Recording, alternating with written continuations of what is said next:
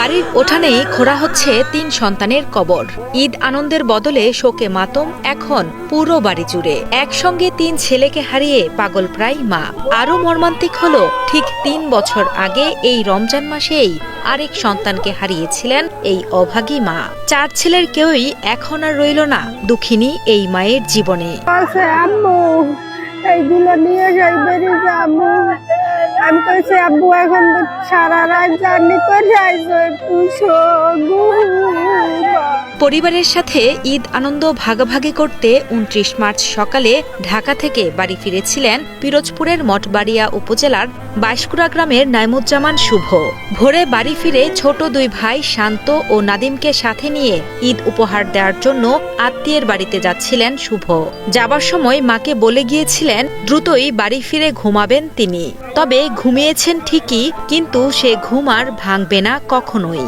বরগুনার পাথরঘাটায় আত্মীয়ের বাড়িতে ঈদ উপহার নিয়ে যাওয়ার পথে বাসের সঙ্গে মোটরসাইকেল সংঘর্ষে একসাথে মৃত্যু হয় 3 ভাইয়ের।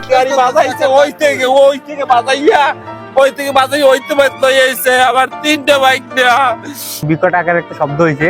তারপর দৌড়তে আসার পর দেখছি এরকম আপনার ডেড বডি পড়ে রয়েছে, কিন্তু আমরা গাড়িতে 2 জন পাইছি।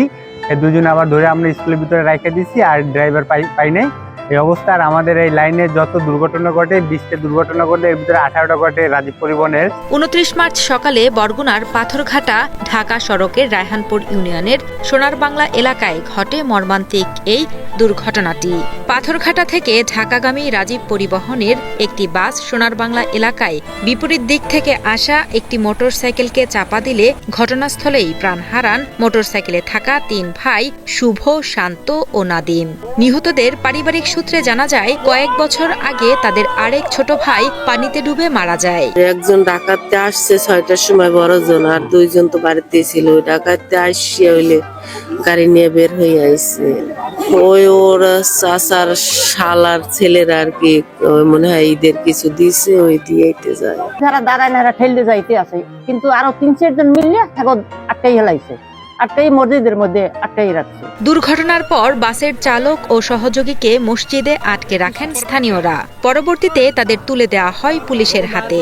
মরদেহ আইনি প্রক্রিয়া শেষে পরিবারের কাছে হস্তান্তর করা হয়েছে বলে জানান বরগুনা পাথরঘাটা থানার ভারপ্রাপ্ত কর্মকর্তা মোহাম্মদ মেহেদি হাসান। এখানে যে ঘটনাস্থলে আপনার এই যে একই মোটরসাইকেলে 3 ভাই, আপন 3 ভাই, ওরা কেরাতপুরের দিকে যাইতেছিল। তো মুখোমুখি সংঘর্ষ, 3 ভাই স্পট ডেথ। আমরা আসছি, সরঞ্জাম সবকিছু দেখতেছি, পরবর্তী আইনগত ব্যবস্থা প্রক্রিয়াধীন।